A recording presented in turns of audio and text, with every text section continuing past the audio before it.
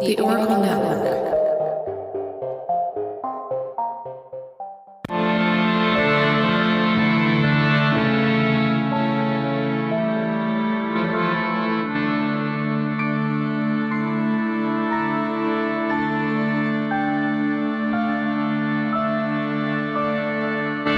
Hello and welcome to a special mini-sode of Ye Olde Crime, the show where Maddie and I discuss the funny, strange, and obscure crimes of yesteryear every Wednesday. This special bi-weekly segment is called Can You Crack the Cramp-Word, which is slang for a difficult or obscure term, which I thought was very fitting. And joining me today is Elyse from the True Crime Cat Lawyer podcast. And before we begin, I'd like to give her the opportunity to tell us a little more about herself and her show before we start the game. Thank you, Lindsay. I appreciate it. So I host a true crime podcast with my cat, Winston, as the co-host. We tell stories from the Pacific Northwest, which is where we're both from. I originally am from Oregon, but I have moved up to Sequim, Washington. So because I am also a practicing attorney, I only have time to release episodes on a bi-weekly basis because, as you can attest to, it takes a lot of time. Yep. To research and write and edit. And so bi-weekly is all I can do at this time. But, you know, at least from what I've heard, everybody likes that style and, you know, is understanding. But yeah, that's a little bit about our show. Awesome. So as you mentioned, part of the name of this show has to do with your cat, Winston. Can you tell us a little more about your co-host? Yes. So she turned 2 in August, and she is still very much a kitten. She's got her zoomies that she has every night, runs around like a crazy. She gets into things all the time. I swear she might be actually worse than a toddler. I'm not quite sure, but she doesn't listen very well. But she loves the microphone. She loves being, you know, the center of attention. She's joined in all of our Zoom meetings that I've had during COVID. So that's kind of why she's the co-host. She is the face of the podcast and she lures people in with her cuteness. She is very cute, that's for sure. How receptive is she to being dressed up for photos that you post on social media? So she is not very receptive.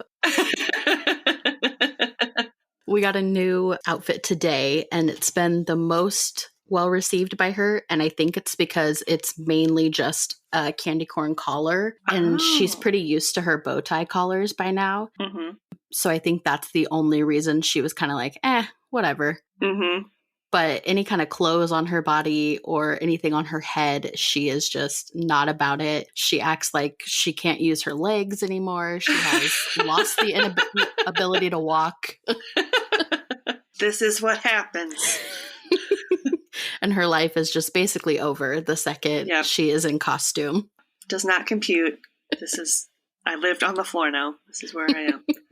Yes, I have seen that. There are definitely some animals that are all about being dressed up, and then there are some that are just like, no, you can try, but it's not going to work.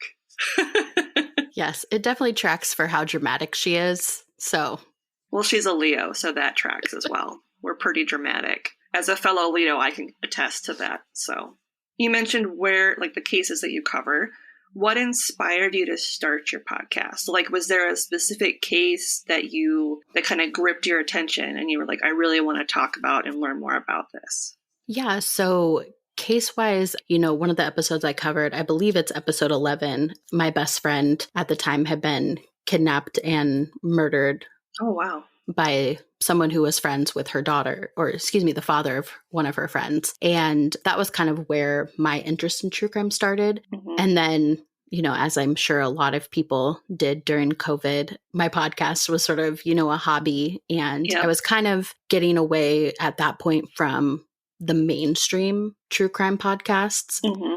I think that there's a lot of good podcasts out there, but I think that people undervalue the indie podcasts and how many great ones there are. Like, you know, the Oracle Network, everybody on that network is fabulous. And so I think being part of the true crime community now, that's something I've really enjoyed, is how many more indie podcasts I've gotten to know and how many more shows I've been exposed to because of that. And so I'm glad that like my show is kind of part of that now. Mm-hmm. Yeah, for sure. So what would you say is like the wildest case that you've covered so far on your show? Oh, that's a good question. I think Michelle Notick is probably the craziest one.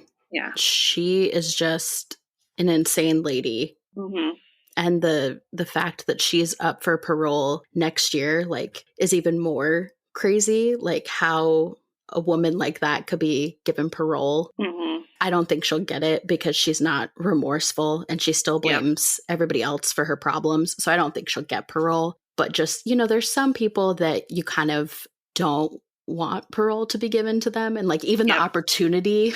Yeah, for sure. Yeah. Because they're just those part of society that kind of you're safer if you're like kept away from everyone. Yep. Yeah. It's just better for everybody involved if you stay where you're at, because it keeps all of the rest of us safe and you where you belong.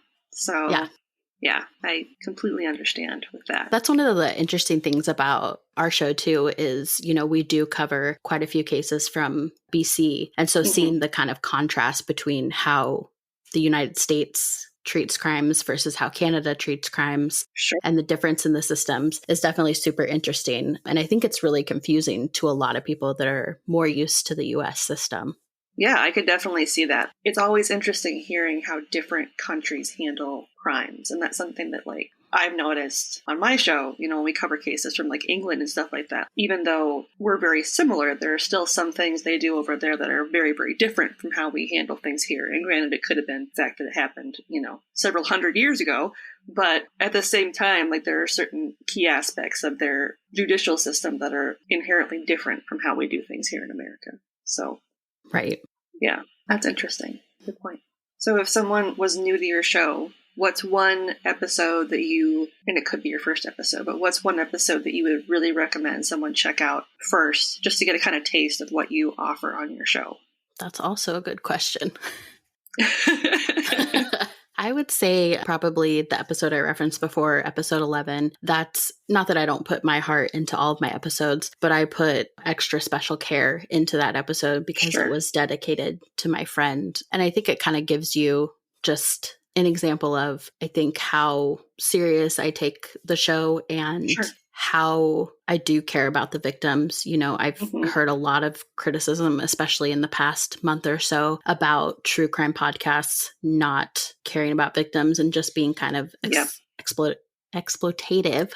Yes. And so being really cognizant of that. And, I've tried to do as much research as possible to kind of hone in on that and take a lot of care in what we're doing here, because these people are victims. They're sisters, brothers, mothers, they're someone. Yep. And so that's what I want people to hear when I'm telling them about these cases. For sure. I recognize, that chatter about how it's a delicate balance for true crime shows, because so many of us, whether we intend to or not, focus more on the criminals than on the victims. Sometimes it's just because there isn't as much information about the victims, unfortunately, depending on the time period or who the victims were, or if it's a victim that is basically like a Jane or John Doe and there's just no information at all. But yeah, I agree. It's something where it's an area of reporting that we can all endeavor to do better on, to make sure that at the end of the day, we are focusing more on the victims of these crimes, not the people that committed the crimes. Because you're right. They're someone, and they deserve to be respected that way. Right. Hi there. My name's Elyse, and I am a lawyer in the Pacific Northwest. I host this podcast, True Crime Cat Lawyer, with my co-host, Winston, my cat. She is a mustache, bow-tied, fierce little ball of sass, and we both come to you every other Thursday telling some stories from our hometown of the Pacific Northwest.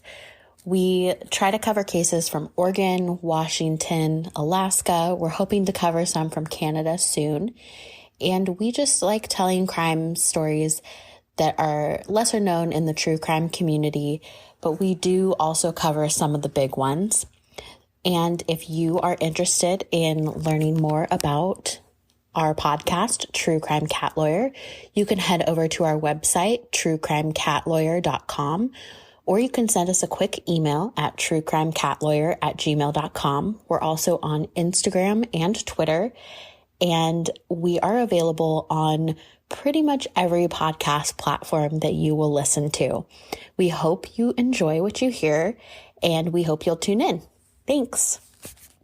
All right. On that heavy note, would you like to try your hand at some Victorian slang terms? I'm going to try my best. Okay.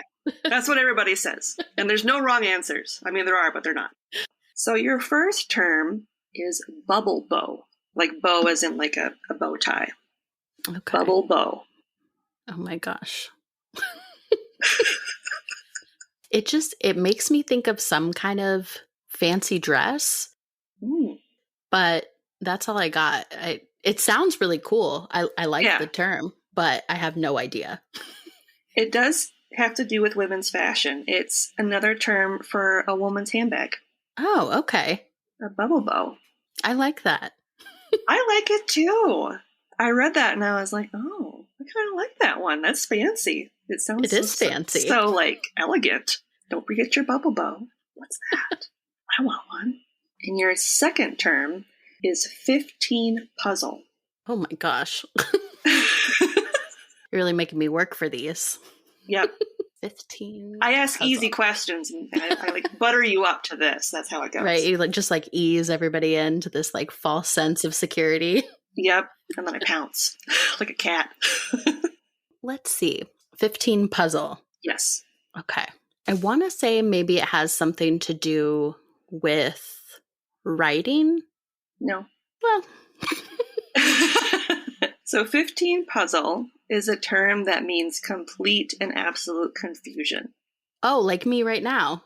Yeah. So you are currently in the middle of a 15 puzzle. You are experiencing 15 puzzle right now. I think even if you had used that in a sentence to me, I still wouldn't have gotten it. I know. Some of these terms, they're just, even after you explain it, you're just like, how, why? What, where does that come from? Who thought of that? I understand why we have the word confusion now. Yeah. Because these are very confusing. Except for maybe the bubble bow. That one's delightful. Yes, I like that one. I think I want to bring that one back. Because that one's good. Well, I would like to thank you so much for joining me today for Can You Crack the Cramp-Word? And before we go, would you like to tell your listeners a little bit about where they can find you on social and more information about maybe what day your podcast drops, stuff like that, so they can know exactly where to find you? Yeah, so we release episodes bi-weekly on Thursdays, usually around 8 o'clock. You can find us on Instagram at True Crime Cat Lawyer, on Twitter at True Crime Cat Law. We are on Facebook. You could search for True Crime Cat Lawyer. And we also have a TikTok. So you can find us at True Crime Cat Lawyer. How do you like TikTok? I haven't dived into it yet because I'm scared. I'm also old. So I like it on the viewing side of things. I find it hard to use to get my podcast out there. Yeah. I'm still a work in progress with that. So it's mostly a lot of Winston because who could say no to Winston? Yeah, for sure. But on that note, as always, I'm Lindsay, and I'll see you next time with another tale as old as crime.